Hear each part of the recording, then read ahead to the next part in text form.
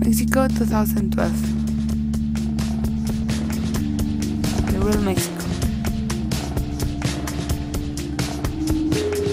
Mexico is the 5th largest country in America and the 13th largest in the world. With an estimated population of over 130 million, it is the 11th most populous country and the most popular Spanish-speaking country. Mexico has one of the world's largest economies and is considered as a regional power and also viewed as a newly industrialized country with an emerging power. Mexico ranks 5th in the world and 1st in America by number of UNESCO World Heritage Sites, with 31 total heritage, and in 2007 was the 10th most visited country in the world with 21.4 million international arrivals per year. Mexico is one of the 18 megadiverse countries in the world, with over 200,000 different species, and also is one of the most diverse weather systems that helps to produce a lot of different products.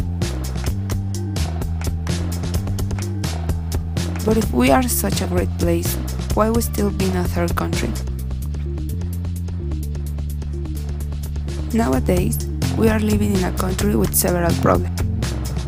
From January to September 2011, 12,903 people had been killed in violence blamed on organized crime.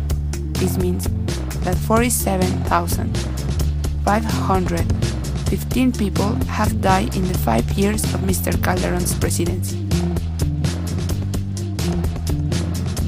In 2011, a growing number of law enforcement personnel, officials, journalists, women, and children joined the ranks of Mexico's dead, and many victims of violence were subject to horrifying acts of torture and mutilation.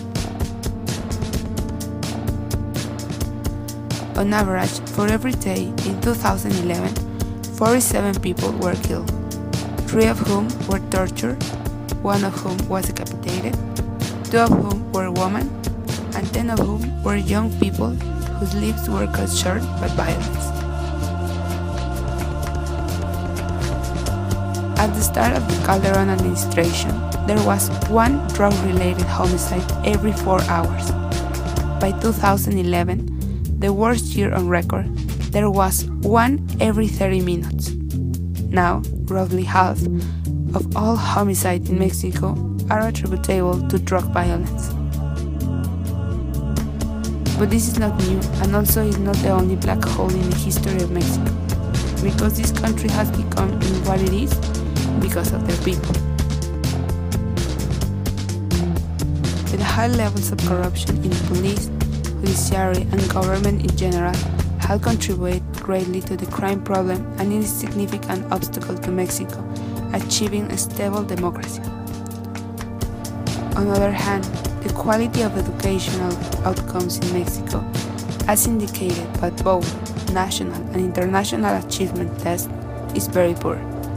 Average are low, percentage of students below minimally, acceptable levels are very large, and those with top marks remain extremely small. Poor educational quality in Mexico is the result of many factors and interaction among them. Teachers' salary in Mexico, the few development of technology, the low budget for educational programs, and also the strike that teachers and students do. And this is maybe just a few things that we have to change. But if we don't realize what we are doing wrong, we're never gonna change, and this country will never be what have to be. So, what do you want for this country? What do you want for Mexico in 2012?